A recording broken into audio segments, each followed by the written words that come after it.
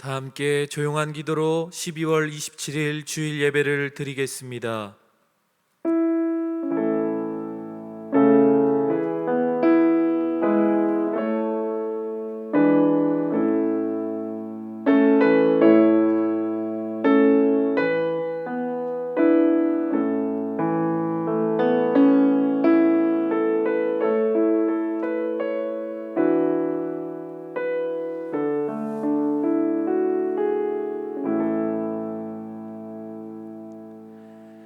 주의 집에 사는 자들은 복이 있나니 그들이 항상 주를 찬송하리이다. 복의 근원 되시는 하나님, 한없는 주님의 사랑과 은혜 앞에 겸손함과 감사함으로 예배합니다. 그 은혜만을 힘입어 불의와 타협하지 않으며 주님 뜻 안에서 온전히 서게 하옵소서. 예수 그리스도의 이름으로 기도드립니다. 아멘. 다 함께 자리에서 일어나 찬송가 28장 복의 근원 강림하사를 찬양하겠습니다.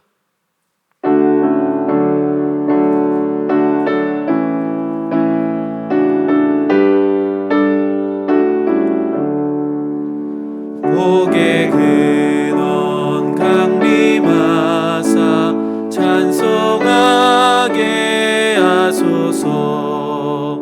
한량 없이 자비하심 증량할 길 없도다. 천사들의 찬송가를 내게 가르치소서. 구속하신 그 사랑을 항상 찬송합니다.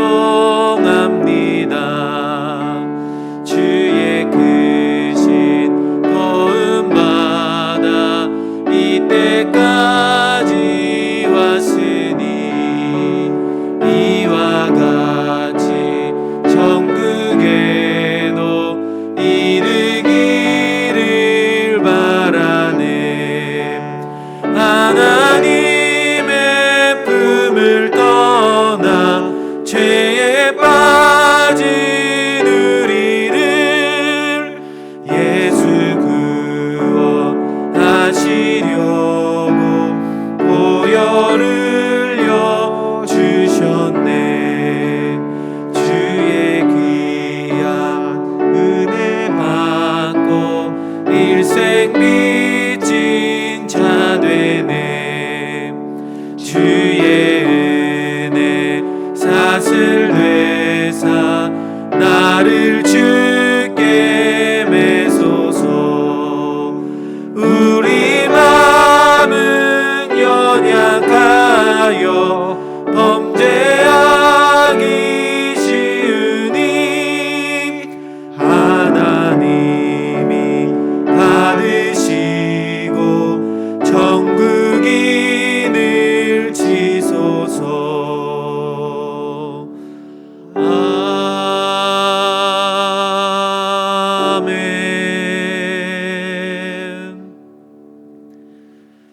교독문 73번 함께 교독하겠습니다.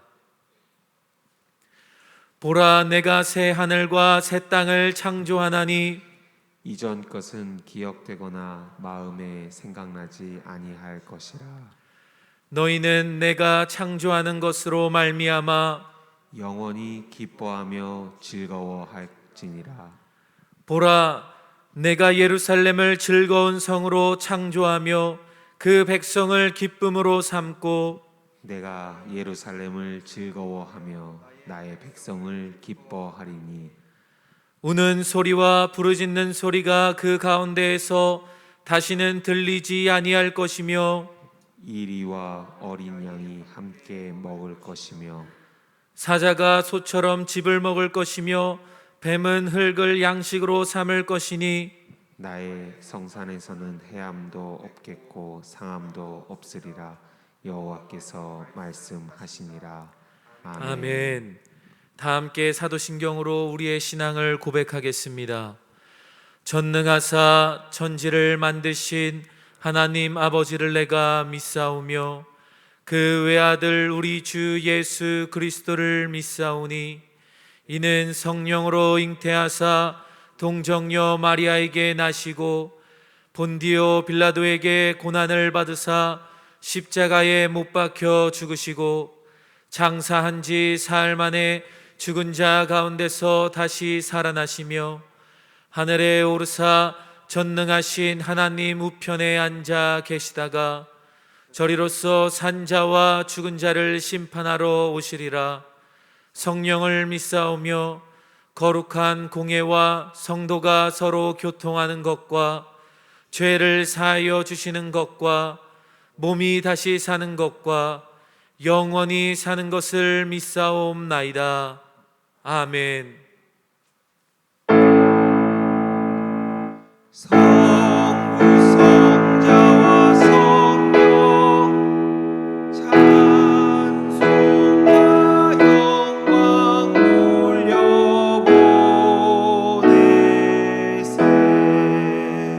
태초로 지금까지 또 영원 무궁토록 성삼위께 영광 영광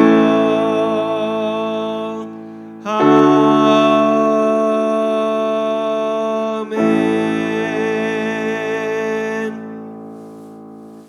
다 함께 자리에 앉으시겠습니다. 오늘 드려지는 영과 진리의 예배를 위해 이근홍 장로님께서 기도해 주시겠습니다.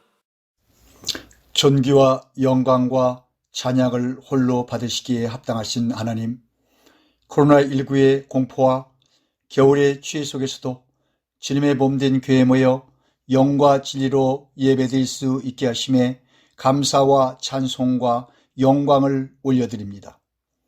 2020년을 무사히 지내게 하시고 무한한 사랑과 은혜를 주심에 또한 감사를 드립니다. 2020년의 연말을 맞이하여 지난 시간들을 되돌아봅니다. 올해와 같이 어려운 시기일수록 더 많이 기도하고 예배의 소중함을 더 깨달으며 하나님을 더욱 사랑하고 성경 말씀을 더 많이 읽어야 했지만 그렇게 하지 못했음을 회개하오니 모든 죄와 허물을 용서하시고 성령의 기름 부음을 내려 주옵소서. 지극히 높은 곳에는 하나님께 영광이요 땅에는 하나님이 기뻐하신 사람들 중에 평화로다.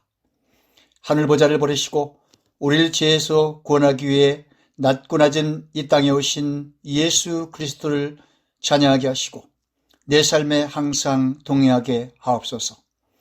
우리들의 삶 속에서 항상 겸손한 자세를 갖게 하시고 세상의 헛된 욕심을 버리고 예수 그리스도만을 바라보게 하옵소서. 하나님만을 더욱 의지할 수 있게 하옵소서. 우리 주위의 사악한 것들과 어두운 영은 물론 가난과 질병과 고통은 모두 사라지고 감사와 찬송만이 가득하게 하시며 하늘의 새 소망을 가지고 살아갈 수 있게 하옵소서. 코로나19로 인하여 육적으로나 영적으로 지칠 수밖에 없는 현실 속에서 하나님과 더욱 가까이 하기 위해 항상 기도하는 성도님들 되게 하시고 하나님을 더욱 간구하는 우리들 되게 하옵소서. 하나님의 말씀을 전하실 담임 목사님께 영육간의 강건함을 주시고 성령의 기름 부음을 가득하게 하옵소서. 담임 목사님의 말씀마다 우리들이 변화되게 하시고 믿음의 가정들로 우뚝 서게 하옵소서. 우리 교회의 교역자, 사역자 및 모든 성도님들을 축복하사 항상 건강하게 하여 주시고 질병과 경제적 어려움으로부터 고통받지 않게 하시며 오랫동안 코로나19로 인하여 교회에 나와 예배를 드리지 못하고 가정에서 미대 예배를 드리던 성도님들 모두 하루빨리 성전에 나와 하나님께 예배 드릴 수 있게 하여 주시옵소서. 이 모든 말씀 우리를 구원하기 위해 이 땅에 오신 예수 그리스도의 이름으로 기도합니다. 아멘.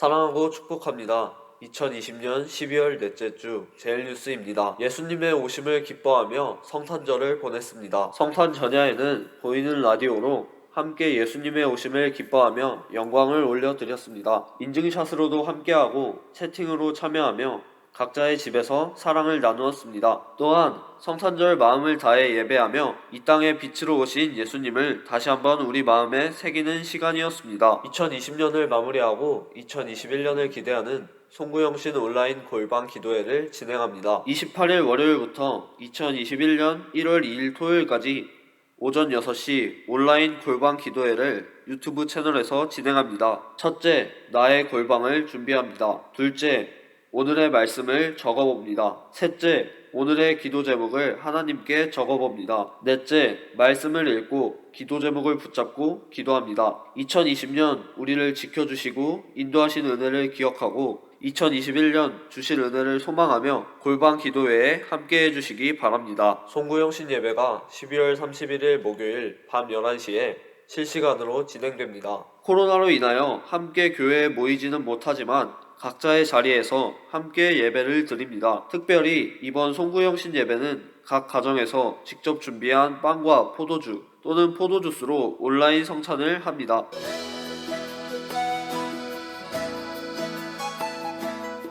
온라인 성찬 이렇게 준비합니다. 성찬식을 위한 사전 준비물입니다. 첫 번째, 쟁반. 준비된 빵과 포도주를 올려놓을 쟁반을 준비해 주세요. 두 번째, 빵. 식빵 혹은 시중에 파는 카스테라를 준비해 주세요. 내부에 기타 첨가물이 들어가 있지 않아야 합니다. 세 번째, 포도주. 100% 포도주스 또는 포도즙을 준비해 주세요. 투명한 청포도 음료나 탄산 포도주스는 안 됩니다. 네 번째, 잔. 가정에 있는 예쁜 잔을 가족 수에 맞추어 준비합니다. 다섯째, 보자기. 마지막으로 준비된 성찬물을 덮어놓을 하얀색 보자기 또는 깨끗한 손수건을 준비해 주세요. 모든 준비물은 주일 하루 전에 준비합니다. 성찬 준비. 온라인 예배 시작 15분 전에 온 가족이 모입니다. 가정의 대표자가 다음과 같이 기도합니다.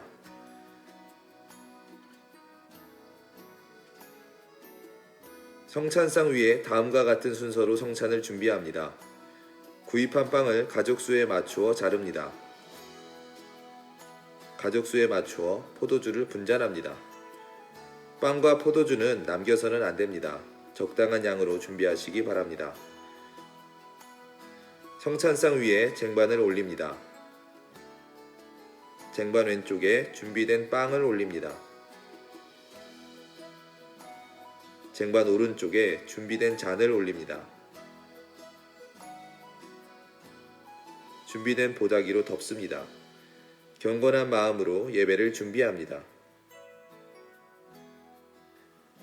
성찬식.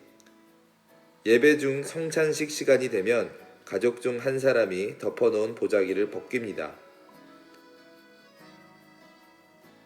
담임 목사님의 집례에 따라 성찬식을 진행합니다.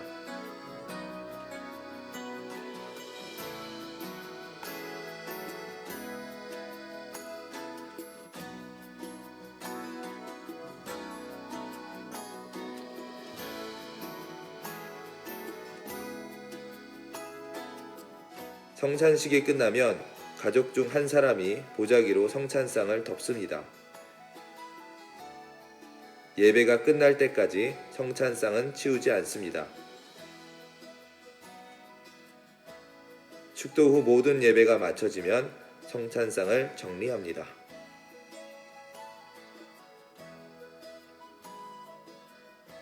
온라인 성찬식을 잘 준비해 주시고 송구영신 예배 가운데 부어주실 은혜를 기대하시며 기도로 준비하는 제일가족 되시기 바랍니다.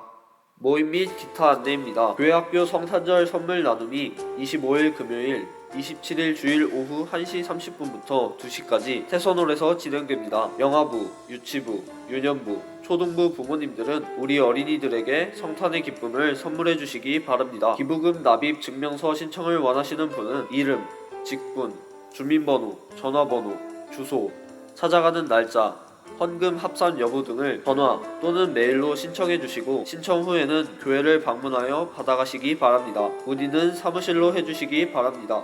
꽃꽂이 장학헌금을 오인환 권사, 김정혜 권사께서 항상 건강 지켜주심을 감사하며 드렸습니다. 이성희 집사, 이향복 권사께서 황경화 어머님 3주기를 추모하며 드렸습니다. 강승택 장로, 선춘심 권사께서 예수님 성탄을 감사하며 드렸습니다. 한 주간도 승리하시는 제일가족 되시기 바랍니다. 감사합니다. 오늘 우리에게 주시는 하나님 말씀은 요한복음 14장 6절의 말씀입니다. 요한복음 14장 6절의 말씀입니다. 제가 가진 성경 신약 성경 172쪽에 있습니다. 요한복음 14장 6절의 말씀입니다. 예수께서 이르시되 내가 곧 길이요 진리요 생명이니 나로 말미암지 않고는 아버지께로 올 자가 없느니라. 아멘. 오늘 예배를 위하여 호산나 찬양대가 지금까지 지내온 것이라는 제목의 찬양으로 하나님께 영광 돌리겠습니다. 이 찬양은 2019년 1월 13일 일부 예배 찬양 영상입니다.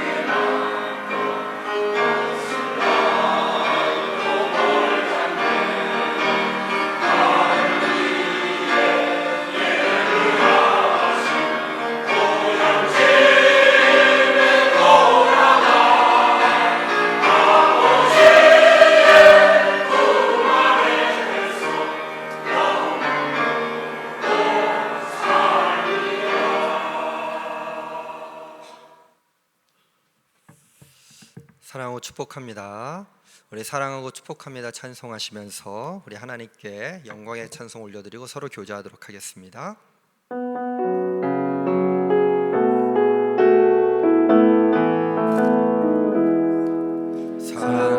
사랑하고 축복합니다.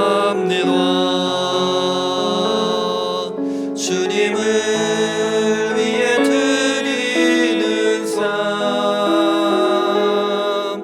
아름다운 당신의 그 삶을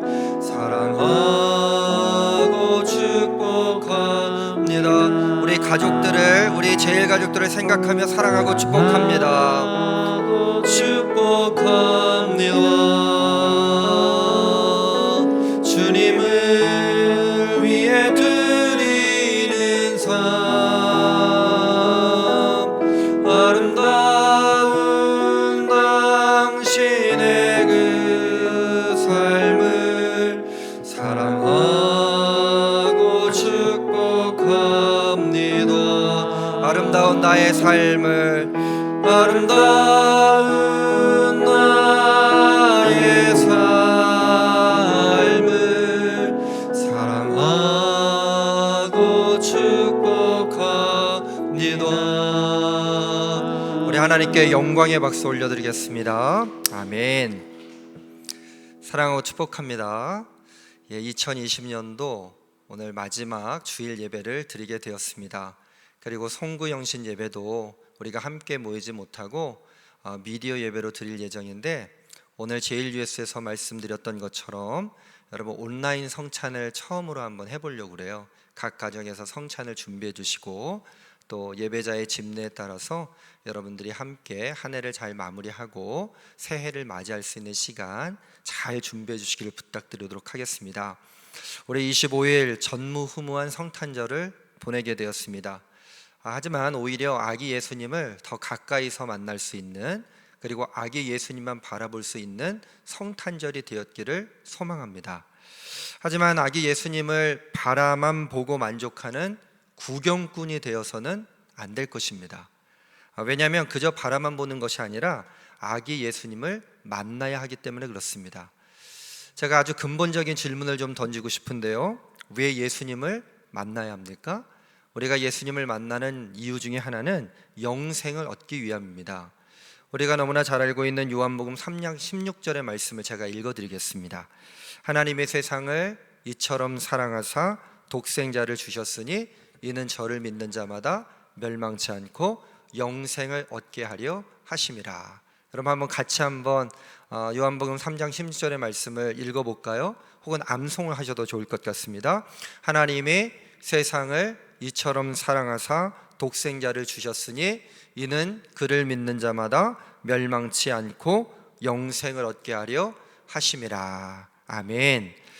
성경 말씀을 보니까요, 멸망치 않고 영생을 얻기 위해서, 멸망치 않고 영생을 얻기 위해서 예수님을 만나야 한다고 증언하고 있습니다. 성탄절에 크리스마스 트리 인생이라고 하는 내용을 함께 나누게 되었습니다. 크리스마스 인생은 어떤 인생입니까? 크리스마스 트리 인생은 바로 하나님께로부터 멀어진 인생입니다. 그리고 더 안타까운 것은 크리스마스 트리 인생은요, 스스로 하나님께로부터 잘려져 나간 인생입니다. 그 결과로 영적 쓰레기통인 지옥에 빠질 수밖에 없는 신세가 되었습니다. 여러분, 지옥이라고 하는 단어는 어떤 느낌을 가지게 합니까? 어떤 마음이 듭니까? 지옥이라는 말은 상당히 거슬리는 말이기도 합니다. 코로나19의 이 상황과 현실 가운데 사람들이 정말 지옥 같다는 이야기를 합니다. 하지만 정말로 영적인 쓰레기통인 지옥에 들어가는 것과 지금 코로나19의 상황 가운데 지옥 같다고 표현하는 것, 비교할 수가 있겠습니까? 아마 비교할 수가 없을 것입니다. 그렇다면 영적인 쓰레기통인 이 지옥으로부터 벗어나는 방법은 무엇이겠습니까? 결론부터 말씀드리자면 오직 믿음입니다. 오직 믿음을 가질 때에 우리는 영적인 쓰레기통인 지옥으로부터 벗어날 수가 있습니다. 제가 요한복음 3장 16절의 말씀을 다시 한번 천천히 읽어드릴게요. 하나님이 세상을 이처럼 사랑하사 독생자를 주셨으니 이는 그를 믿는 자마다 멸망치 않고 영생을 얻게 하려 함이니라. 우리 모두는 요한복음 3장 16절의 말씀을 너무너무 좋아합니다. 세상의 모든 기독교인들이 가장 좋아하는 말씀 중에 한 구절이 요한복음 3장 16절의 말씀일 것입니다. 저도 성경 말씀 중에 한 구절을 뽑는다면 주저함 없이 요한복음 3장 16절의 말씀을 선택할 것입니다. 왜냐하면 이 말씀 가운데요, 이 짤막한 말씀 가운데 하나님의 창조 질서가 담겨져 있기 때문입니다. 그리고 인간의 궁극적인 관심과 하나님의 궁극적인 관심이 담겨져 있기 때문입니다. 말씀을 통해서 우리의 관심이 어디 있는가, 하나님의 관심이 어디 있는가를 한번 찾아본다면 우리의 관심은 멸망치 않고 영생하는 것에 있습니다. 그렇잖아요? 우리가 영원히 사는 것에 대한 관심이 우리들의 궁극적인 관심이지 않습니까? 그렇다면 반면에 하나님의 관심은 어디 있는가? 하나님의 관심은 독생자를 믿는 자에게 있습니다. 우리의 관심은 영생이에요. 그러나 하나님은 영생을 얻게 하기 위해서 보내주신 독생자 예수 그리스도를 믿는 사람에게 모두 맞춰져 있습니다. 그렇다면 우리 사랑하는 모든 제일가족들은 결단해야 하지 않겠습니까? 인간의 관심으로 살아가는 것이 합당합니까? 아니면 하나님의 관심으로 살아가는 것이 합당합니까? 당연히 우리 모두는요, 하나님의 관심으로 살아가는 것이 합당하다고 주저함 없이 대답할 것입니다. 하지만 우리의 현실, 우리의 영적인 현실은 어떻습니까? 정말로 하나님의 관심에 초점을 맞추고 믿음을 지켜가며 살아가고 있습니까? 하나님께서는 독생자 예수를 그리스도로 믿는 자마다 영생을 보증하신다고 말씀하셨습니다. 이것이 바로 복음입니다. 우리가 복음이란 무엇인가? 라고 질문을 받았을 때 주저함 없이 복음은 예수 그리스도입니다 라고 말해야 하는 이유가 바로 여기 있습니다. 세상에 줄 수도 알 수도 없는 복음을 통해서 우리는 참된 평안을 누리게 될 것입니다.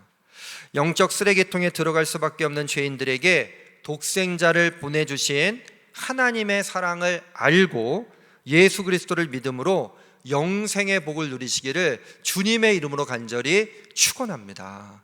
예수님을 믿을 때 우리는 영생의 복을 누릴 수가 있습니다. 그런데 이런 또 궁금증이 생깁니다. 예수 그리스도를 믿어야 한다고 하는데 과연 무엇을 믿어야 하는가?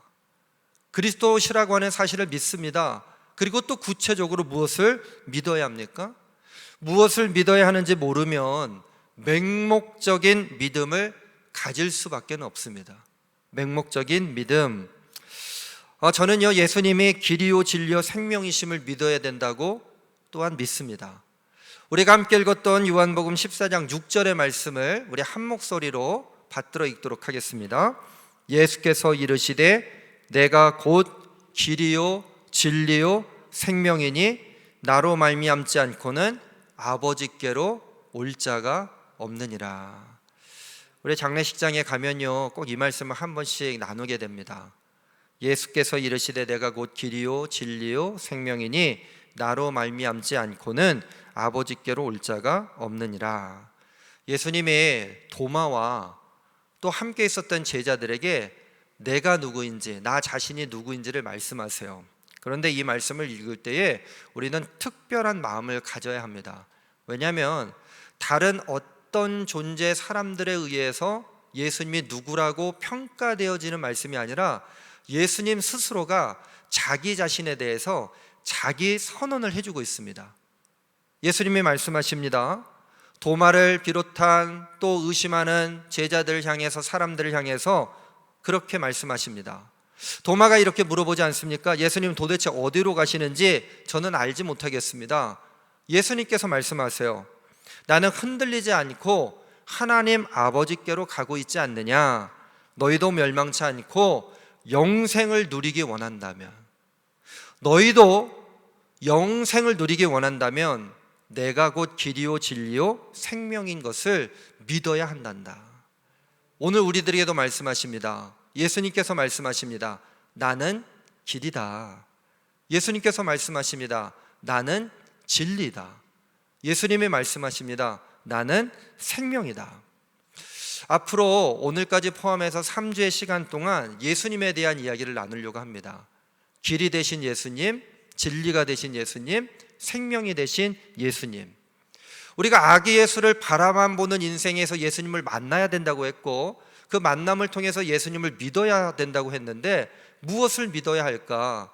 길이 되신, 진리가 되신, 생명이 되신 예수님을 믿어야 하는데, 이 믿음을 가지기 위해서 다시 한번 그 길이 무엇인지, 진리가 무엇인지, 생명이 무엇인지를 자세하게 나누고자 합니다. 오늘은 첫 번째 시간으로 길이 되신 예수님에 대한 말씀을 나누려고 하는데요. 여러분, 길을 한번 생각해 본다면 한번 길을 한번 떠올려 보셨으면 좋겠어요. 여러분들이 지금 떠올린 길이 어떤 길인지 모르겠지만 아마 시골길도 있을 겁니다. 예전에 신장로라고 그래가지고요, 큰 길을 이야기하기도 했습니다. 아마 오솔길도 있을 겁니다. 그리고 골목길도 있을 거예요. 그리고 고속도로, 국도, 외딴 길도 있을 겁니다. 처음 가보는 초행길도 있을 것이고, 눈을 감고 갈 수도 있다고 얘기할 수 있는 아주 익숙한 길도 있을 겁니다. 그리고 또 목적에 따라 길에 대해서 또 생각해 볼 필요가 있을 텐데, 집에 가는 길, 또 교회에 오는 길, 교회에 가는 길, 친구를 만나러 가는 길, 또 여러분 요즘 그런 이야기들 많이 하세요. 하도 집에만 있으니까 여행을 좀 한번 해보고 싶다. 여행 가는 길, 또 가고 싶은 길이 있는가 하면 가고 싶지 않은 길도 있습니다. 어제도요, 오늘 우리들은요 길을 걸어왔습니다. 그리고 오늘도 걸어가고 있고 내일도 어떤 길이든 걷게 될 것입니다. 수많은 길과 다양한 길이 있지만 성경에서 말하고 있는 길은요 단 두 가지의 길입니다. 단 두 가지의 길만을 성경에서는 이야기하고 있어요. 성경에서 말하는 첫 번째 길은 요한복음 3장 16절에서 이야기하고 있는 것처럼 멸망의 길입니다. 요한복음 3장 16절 말씀 제가 다시 한번 읽어드릴게요. 하나님이 세상을 이처럼 사랑하사 독생자를 주셨으니 이는 저를 믿는 자마다 멸망치 않고 영생을 얻게 하려 함이니라. 성경에서 이야기하고 있는 첫 번째 길, 멸망의 길. 여러분, 제가 이런 말씀 드렸잖아요. 우리의 관심은 멸망치 않고 영생하는 길 가운데 있다. 하나님의 관심은 어디 있어요? 독생자 예수 그리스도를 믿는 것에 있다. 그런데 하나님께서 우리의 믿음을 믿기로 작정을 하셨습니다. 우리가 하나님을 믿는 것보다 하나님께서 우리가 소유한 믿음을 믿기로 작정하시면서 눈높이를 낮춰주시고 말씀하십니다. 우리의 관심이 오로지 멸망치 않고 영생에 있다고 하는 것을 잘 아시는 주님께서 우리들에게 너희들이 그렇다면 두 가지의 길이 있는데 그 중에 멸망의 길이 무엇인지를 내가 너희들에게 이야기해 주겠다. 성경 속에 여러분 많은 멸망의 길에 대한 케이스, 예들이 있습니다. 저는요 창세기 13장에 나와 있는 아브라함의 조카 롯에 대해서 좀 생각을 해봤어요. 구약성경 16페이지에 보면 창세기 13장 8절부터 10절까지의 말씀이 기록이 되어져 있습니다. 제가 한번 읽어드릴게요. 아브라함이 롯에게 이르되 우리는 한 친족이라 나나 너나 내 목자나 내 목자나 서로 다투게 하지 말자. 내 앞에 온 땅이 있지 아니하냐? 나를 떠나가라. 내가 좌하면 나는 우하고 내가 우하면 나는 좌하리라. 이에 롯이 눈을 들어 요단 지역을 바라본즉 소알까지 온 땅에 물이 넉넉하니 여호와께서 소돔과 고모라를 멸하시기 전이었으므로 여호와의 동산 같고 애굽 땅과 같았더라. 여러분 처음 듣는 이야기세요? 많이 들었던 이야기지만요 이 이야기 가운데 엄청난 이야기가 담겨져 있습니다. 8절을 보니까 다툼을 피하는 제안을 기꺼이 받아들였다. 10절의 말씀에 보니까 아브라함이 선택권을 주자 동쪽 요단 지역을 선택합니다. 네가 좌하면 나는 우하고 네가 우하면 나는 좌할 것이다. 아브라함이 조카 롯에게 선택권을 주는데요 당시에는 사실은 있을 수 있는 일이 아니에요. 아니 어떻게 조카가 삼촌보다 먼저 무엇을 선택할 수 있겠습니까? 여기에 롯의 성품이 담겨져 있어요. 삼촌의 이야기를 존중하고 받아들이는 것 같지만 그의 욕심 그리고 그의 죄악상이 이 한마디 가운데 담겨져 있습니다. 그가 선택한 요단 땅은 어떤 땅입니까? 10절의 말씀을 보니까 요단은 물이 넉넉했다, 살기 좋았다는 거예요. 그리고 심판이 임하기 전이었으므로 그 요단 땅은 여호와의 동산 같았다. 마치 에덴 동산 같았다는 거예요. 그리고 애굽 땅 같았다. 우리는 애굽 땅을 패역한 땅으로 알고 있지만 그곳은 풍성한 땅이었습니다. 살아가기가 좋은 땅이었습니다. 여러분, 롯의 선택은 옳은 선택이었을까요? 잘못된 선택이었을까요? 우리는 판단할 수 있지만 당시에 롯은 이것이 잘된 선택이었는지 잘못된 선택이었는지 옳고 그름을 따질 형편이 아니었다는 겁니다. 가족들과 자신을 위해서 가장 최선의 선택을 했다고 롯 스스로가 스스로에게 이야기하면서 위안을 삼았을 거예요. 삼촌이 나더러 먼저 선택하라고 했으니까 내가 선택했을 뿐이야. 사람들이 손가락질해도 나는 괜찮아. 내가 선택한 게 아니라 삼촌이 나보러 먼저 선택하라고 했으니 나는 크게 잘못한 것이 없어 라며 아마 자기 합리화를 시작했을 것입니다. 그런데 우리가 정말 주목해야 하는 말씀은 창세기 13장 13절의 말씀입니다. 제가 읽어드릴게요.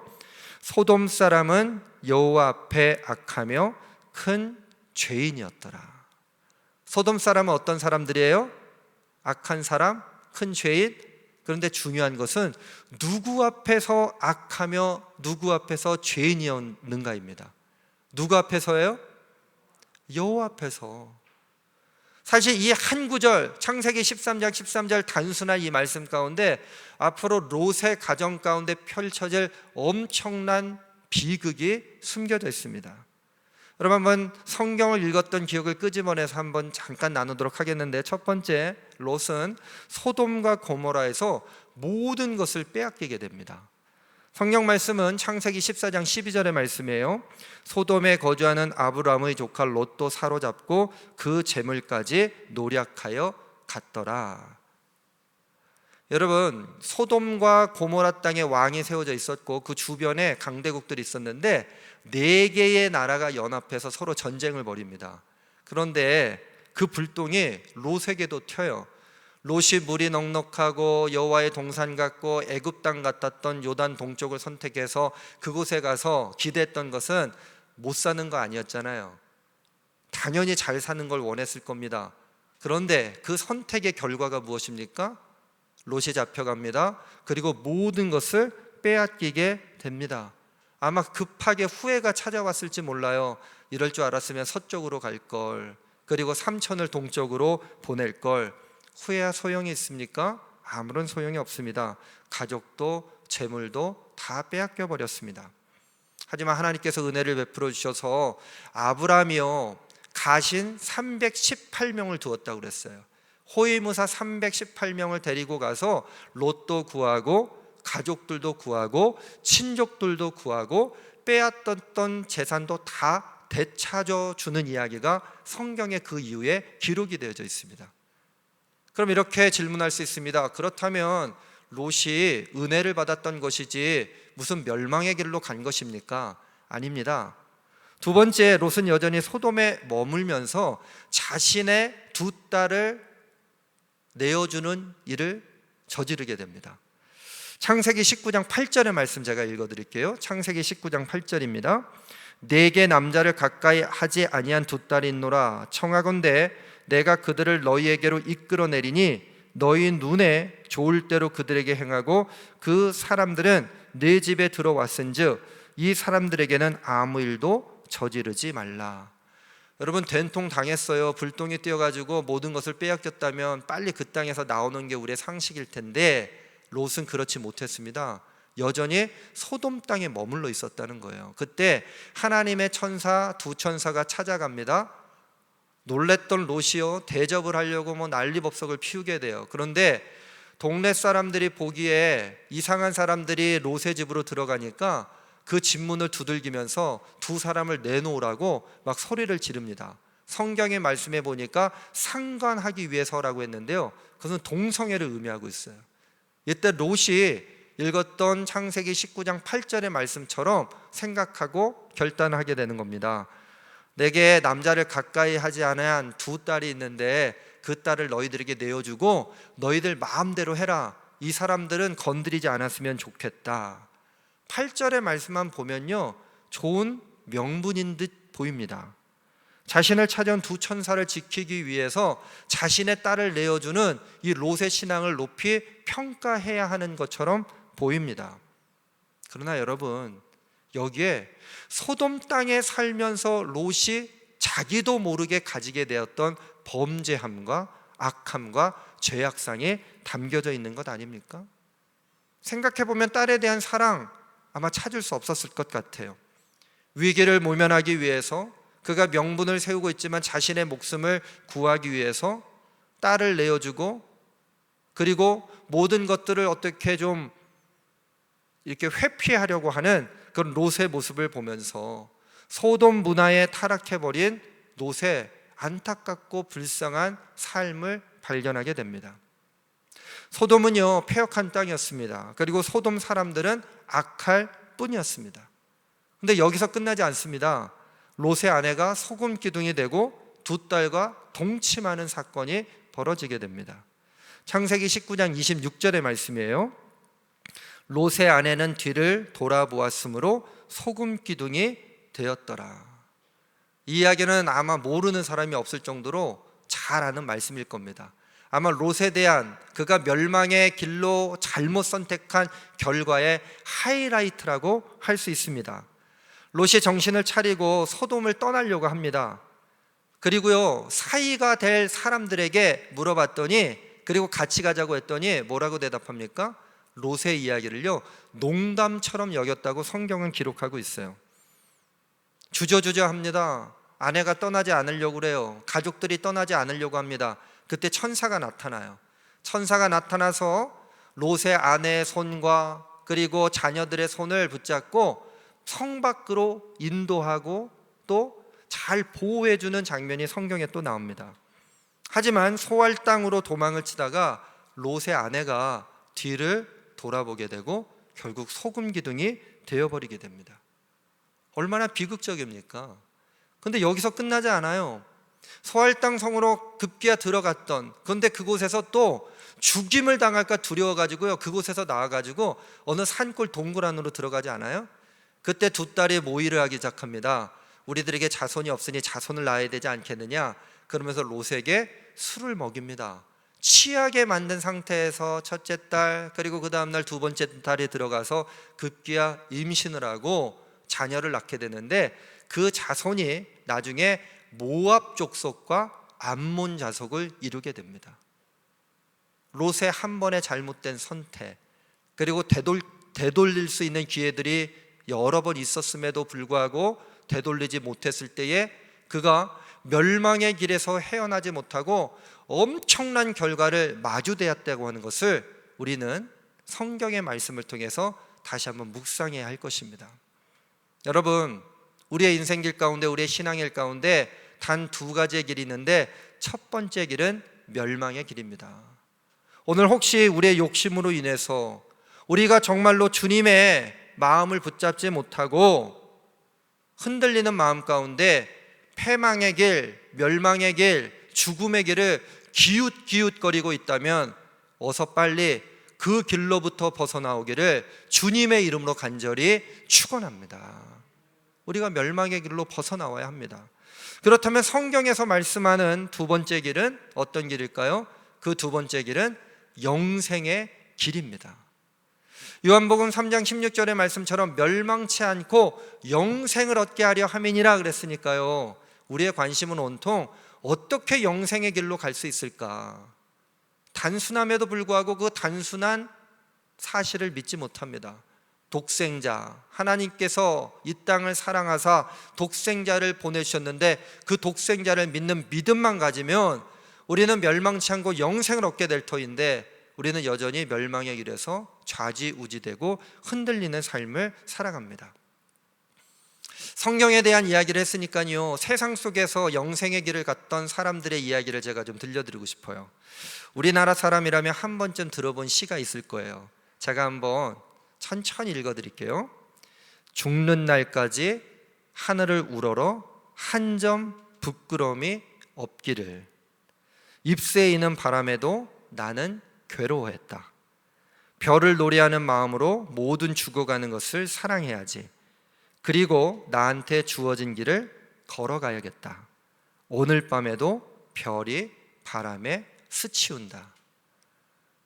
윤동주 시인의 서시입니다. 여러분 한 번쯤은 다 들어보셨죠? 제가 또 다시 한번 읽어드려볼게요. 죽는 날까지 하늘 우러러 한 점 부끄러움이 없기를 잎새이는 바람에도 나는 괴로워했다. 별을 노래하는 마음으로 모든 죽어가는 것을 사랑해야지. 그리고 나한테 주어진 길을 걸어가야겠다. 오늘 밤에도 별이 바람에 스치운다. 윤동주 시인은요 1917년도에 태어나서 1945년도에 죽었습니다. 여러분 계산해 보면 몇 살을 살았습니까? 28살을 살았다는 거예요. 28세. 북간도의 명동촌이라고 하는 곳에서 태어났고 독실한 기독교인 할아버지의 영향을 받아서 믿음의 길을 걷기 시작합니다. 28년의 짧은 생애를 살았지만 윤동주 시인을 많이 그리워하고 있고 그를 닮으려고 하는 많은 사람들이 이 땅 가운데 남겨져 있습니다. 저는 서시 중에 다른 모든 구절들이 가슴속에 들어왔는데 한 가지의 구절에서 도대체 윤동주 시인이 말하고 있는 이 내용이 무엇일까 궁금해졌습니다. 그리고 나한테 주어진 길을 걸어가야겠다. 윤동주 시인에게 주어진 길은 과연 어떤 길이었을까? 그러다가 그의 시집을 읽다가요 이런 시를 발견하게 됐어요. 쫓아오던 햇빛인데 지금 교회당 꼭대기 십자가에 걸렸습니다. 첨탑이 저렇게도 높은데 어떻게 올라갈 수 있을까요? 종소리도 들려오지 않는데 휘파람이나 불며 서성거리다가 괴로웠던 사나이 행복한 예수 그리스도에게처럼 십자가가 허락된다면 모가지를 들이우고 꽃처럼 피어나는 피를 어두워가는 하늘 밑에 조용히 흘리겠습니다. 윤동주 시인의 십자가라고는 시입니다. 그리고 나한테 주어진 길을 걸어가야겠다. 어떤 길이었습니까? 십자가의 길, 고난의 길이었습니다. 괴로웠던 사나이 행복한 예수 그리스도에게처럼 십자가가 허락된다면 그 다음의 구절이 우리의 가슴을 저미게 해요. 모가지를 들이우고 꽃처럼 피어나는 피를. 여러분 피가 꽃처럼 피어날 수 있겠어요? 어떻게 피가 꽃처럼 피어날 수 있겠습니까? 그리고 세상에 아름답게 만발한 꽃을 보면서 야, 저 피를 좀 봐라 할 사람이 어디 있겠습니까? 근데 윤동주 시는요 예수님이 십자가를 지신 것처럼 나에게도 그런 십자가가 주어진다면 모가지를 들이우고 꽃처럼 피어나는 피를 어두워가는 하늘 밑에 조용히 흘리겠습니다. 순종하며 고난의 길 십자가의 길을 걸어가겠다고 결단하며 그리고 나한테 주어진 길을 걸어가야겠다고 선언했던 것 아니겠습니까? 행복한 예수님 그리스도에게처럼 십자가가 허락된다면 여기 행복한 예수님이라고 표현하고 있어요. 여러분 영생의 길은요 쉽게 들어갈 수 있는 문은 아니지만 고난이 우리 앞에 있을지라도 그 영생의 문이 열려져 있다면 고난을 관통하여 그 길 가운데 달려가시기를 주님의 이름으로 간절히 축원합니다. 윤동주 시인은요 1945년도에 후쿠오카 형무소에서요 그의 생애를 마무리했습니다. 하지만 우리는 윤동주 시인을 기억합니다. 그렇다면 그가 형장의 이슬로 사라졌다고 말할 수 있겠습니까? 윤동주 시인이 걸어갔던 십자가의 길, 고난의 길을 통해 우리들에게 영생의 길이 무엇인지를 가르쳐 주었고 우리들 또한 그 감동을 통해서 영생길로 나아갈 줄로 믿습니다. 존 버년이라고 하는 작가가 천노역정을 썼어요. 천노역정이라고 하는 글을 시작하면서 이렇게 서문을 열고 있습니다. 이 세상의 황폐한 광야를 걸어가다가 나는 우연히 동굴이 있는 곳을 만났다. 나는 거기 누워 잠을 잤는데 자면서 한 꿈을 꾸었다.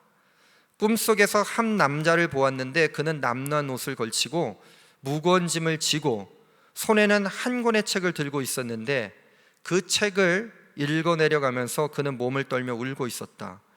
그러더니 그는 마침내 더 이상 참을 수 없다는 듯이 슬픈 목소리로 어찌하여야 하리이까라고 울부짖었다.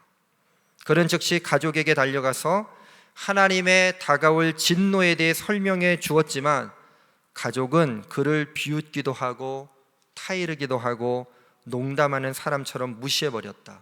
그러나 그는 여전히 책을 읽고 있었는데 책을 읽다가 크게 낙심하여 예전과 마찬가지로 내가 구원받으려면 어떻게 해야 합니까? 라고 울부짖으면서 순례길을 떠난다. 존 버년이 썼던 천노 역정, 천국 가는 길, 천국으로 가는 여정, 이렇게 직역을 할 수 있을 것 같아요. 여러분, 이 서문을 읽으면서 롯이 떠오르지 않습니까? 롯이 소돔 땅에서 벗어나기 위해서 그 가족들에게 이야기했을 때 농담으로 여기고 심각하게 받아들이지 않았다는 거예요. 천노역정에 나오는 이 순례자도 역시 마찬가지였습니다. 그는 즉시 가족에게 달려가서 하나님의 다가올 진노에 대해 설명해 주었지만 가족들은 그를 비웃기도 하고 타이르기도 하고 농담하는 사람처럼 무시해 버렸다. 이 사람이 바로 나 아닙니까? 무시하고 농담으로 여기고 비웃고, 야 그거 아니야, 쓸데없는 생각하지 마, 이 세상에서 잘 살 수 있는 노력이나 해, 그렇게 이야기하는. 하지만 순례자는요 이렇게 선언하고 있어요. 내가 구원받으려면 어떻게 해야 합니까? 그러면서 철로 역정을 시작하는 거예요. 철로 역정 가운데 세상의 사람들이 비웃고 농담처럼 무시하고 애처롭고 불쌍하게 보아도 순례의 길을 포기할 수 없습니다. 그 길이 고난의 길, 십자가의 길일지라도 참된 영생의 길이기 때문입니다. 사랑하는 성도 여러분, 멸망치 않으려면 영생의 길로 들어가야 합니다. 그렇게 우리의 관심을 온통 멸망치 않고 영생하는 것에 두었다면 오늘 성경이 이야기하고 있는 이 두 가지의 길, 멸망의 길과 영생의 길 가운데 주저하지 마시고 담대함으로 영생의 길 가운데 나아가는 우리 모든 제일가족들 되어지기를 간절히 축원합니다. 오늘 말씀 한번 결단했으면 좋겠어요. 복잡한 인생길을 걷는 우리들을 향해 성경은 두 가지 중 한 가지를 선택하라고 말하고 있습니다. 멸망의 길과 영생의 길, 죽음의 길과 생명의 길이 있습니다. 어느 길로 갈 것인가 고민할 사람이 있을까요? 여러분 고민되십니까? 고민할 수가 없어요. 그런데 영생의 길, 생명의 길을 결단하지만 현실은 우리를 가만히 두지 않습니다. 자꾸 우리를 흔들어대요. 마귀 사탄이 옆에서 속삭입니다. 우리가 흔들리는 그 마음 틈을 놓지 않고 우리를 공격하기 시작합니다. 다시 죽음과 생명의 길 사이에서의 방황을 멈추고 예수님의 말씀에 다시 귀를 기울여야 할 줄로 믿습니다. 예수께서 이르시되 내가 곧 길이요 진리요 생명이니 나로 말미암지 않고는 아버지께로 올 자가 없느니라. 여러분 저를 한번 따라서 해보실까요? 예수님이 길이십니다. 예수님이 길이십니다. 우리는요 예수님이 길이시라고 하는 이 사실을 믿으면 됩니다. 예수님이 길이심을 믿으면 됩니다. 예수님의 길이심을 믿으면 먼지와 같았던 롯의 삶을 청산할 것입니다. 예수님의 길이심을 믿으면 보석과 같았던 윤동주 시인의 삶, 행복한 십자가의 삶으로 나아가게 될 것입니다. 바람에 나는 겨와 같이 되어 먼지가 되어 아무도 그 존재를 인식할 수 없는 멸망하는 존재가 될 것이냐, 아니면 이 세상 가운데 행복한 십자가를 지었던 예수님처럼 십자가가 나에게 주어진다면 아름다운 꽃이 피듯 그 피를 흘릴지라도 모가지를 들이우며 그 길 가운데 온전히 나가겠다고 하는 그 윤동주 시인의 고백처럼, 여러분 어제 어떤 길을 걸었는지 중요할까요? 저는 중요하지 않다고 믿습니다. 오늘 어떤 길을 가고 있느냐, 그리고 앞으로 어떤 길을 걸어가야 할 것이냐, 이것이 중요합니다.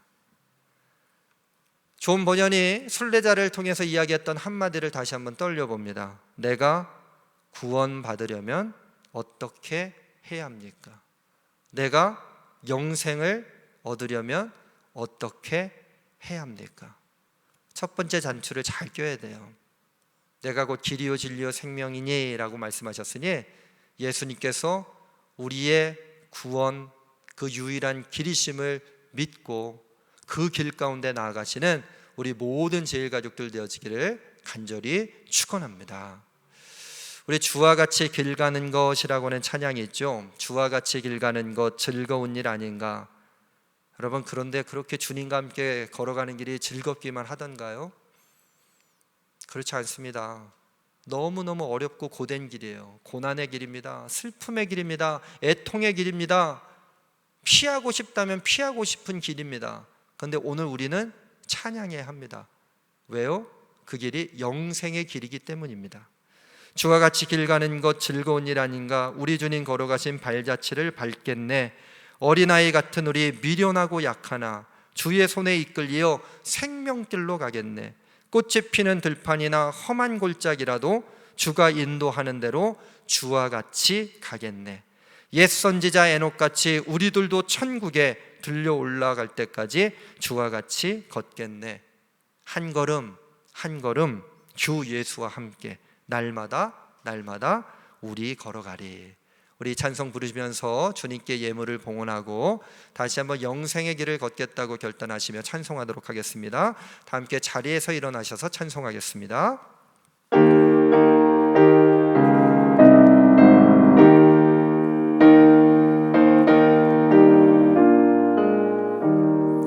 주와 같이 길 가는 것 즐거운 일 아닌가?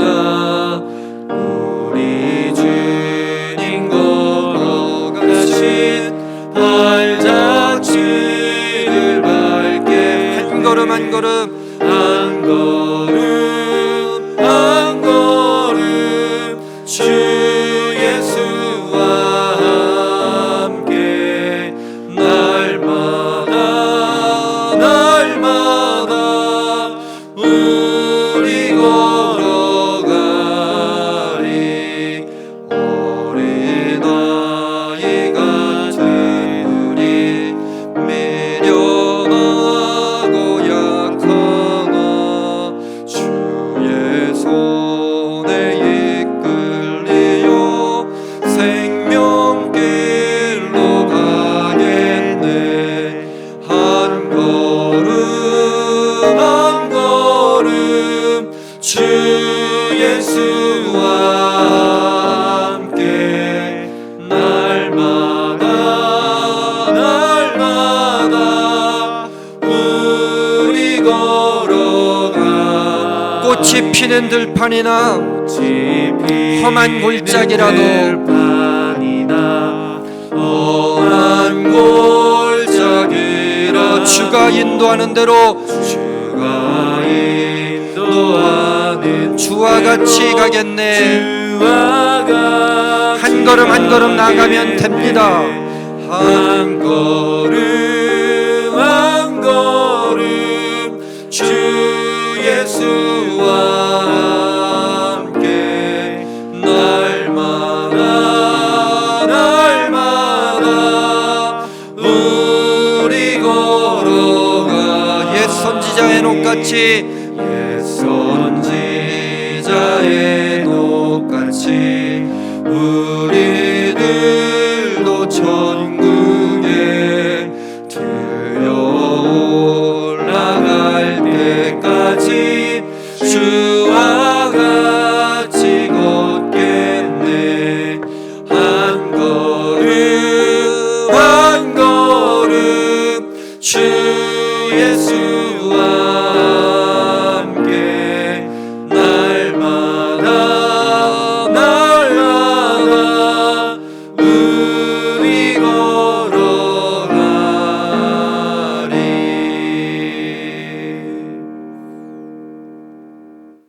예수님이 우리들에게 말씀하셨습니다. 내가 곧 길이다. 내가 곧 진리다. 내가 곧 생명이다. 길 대신 예수님, 우리들을 멸망치 않고 영생을 얻게 하는 길로 인도해 주심을 감사합니다. 육신의 길, 사망의 길로 걸어가지 않고 생명의 길, 예수 그리스도의 길 가운데 나갈 수 있는 복을 누리게 하여 주심을 감사합니다.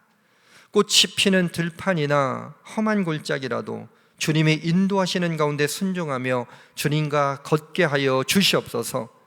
주님과 함께 걷는 것이 때로는 고난과 고통과 애통함과 절망일 때도 있지만 결국 우리들에게 영생의 길, 복된 길을 허락해 주신다는 오늘의 말씀을 통해서 멸망의 길로 향하는 우리 제일가족들이 아니라 영생길로만 나갈 수 있는 우리 모든 제일가족들 되게 하여 주시옵소서. 우리 주님이 길 되심을, 영생으로 이끌어 가시는 길 되심을 믿기만 하면 우리는 천국에 이르게 될 줄로 믿습니다. 그 믿음 변치 않게 하여 주시고 그 믿음으로 말미암아 예수님을 만나 우리의 삶이 온전히 하나님께 영광 돌리는 삶으로 나아가게 하여 주시옵소서. 너무 한꺼번에 많은 일을 하려고 욕심내지 않도록 우리들에게 말씀하시는 주님, 한 걸음 한 걸음 나아가고자 합니다. 혼자 나아가는 것이 아니라 주 예수님과 함께 나아가고자 합니다. 날마다 우리와 함께 걸어가 주시옵소서. 우리의 길이 되어 주시옵소서. 우리의 길이 되어 주시는 예수님을 믿고 나가게 하여 주시옵소서. 주님께 감사드리며 예물 드립니다. 예물 드리는 손길마다 주님께서 성별하여 주시고 떡반죽 그릇이 메마르지 않는 은혜를 더하여 주시며 하늘나라의 그 큰 복이 30배, 60배, 100배의 열매를 맺어지게 하여 주시며 우리의 믿음의 분량 또한 30배, 60배, 100배의 믿음의 분량이 되어지게 하여 주시옵소서. 코로나19가 우리 턱 밑에까지 와 우리를 헉헉대게 만듭니다. 주님, 우리 모든 제일가족들 코로나19로부터 지켜주시고 보호하여 주시고 또 혹시 다른 질병 가운데 어려워하고 있다면 주님의 피 묻은 손으로 만져주셔서 깨끗이 취하여 주시옵소서. 우리의 삶의 문제를 고스란히 가지고 우리의 영생의 길이 되시는 주님께 나아가오니 우리들을 능히 취하여 주시고 회복시켜 주시옵소서. 이제는 우리 구주 예수 그리스도의 은혜와 하나님 아버지의 극진하신 사랑하심과 우리 안에서 내주하여 주셔서 서로 교통케 하시는 성령님의 교제 은혜의 역사가 길 대신 예수님을 믿고 그 길 가운데 나가기 원하는 우리 모든 제일가족들 위에 그리고 우리 제일감리교회 위에 이제부터 영원토록 함께 하시기를 간절히 축원하옵나이다. 아멘.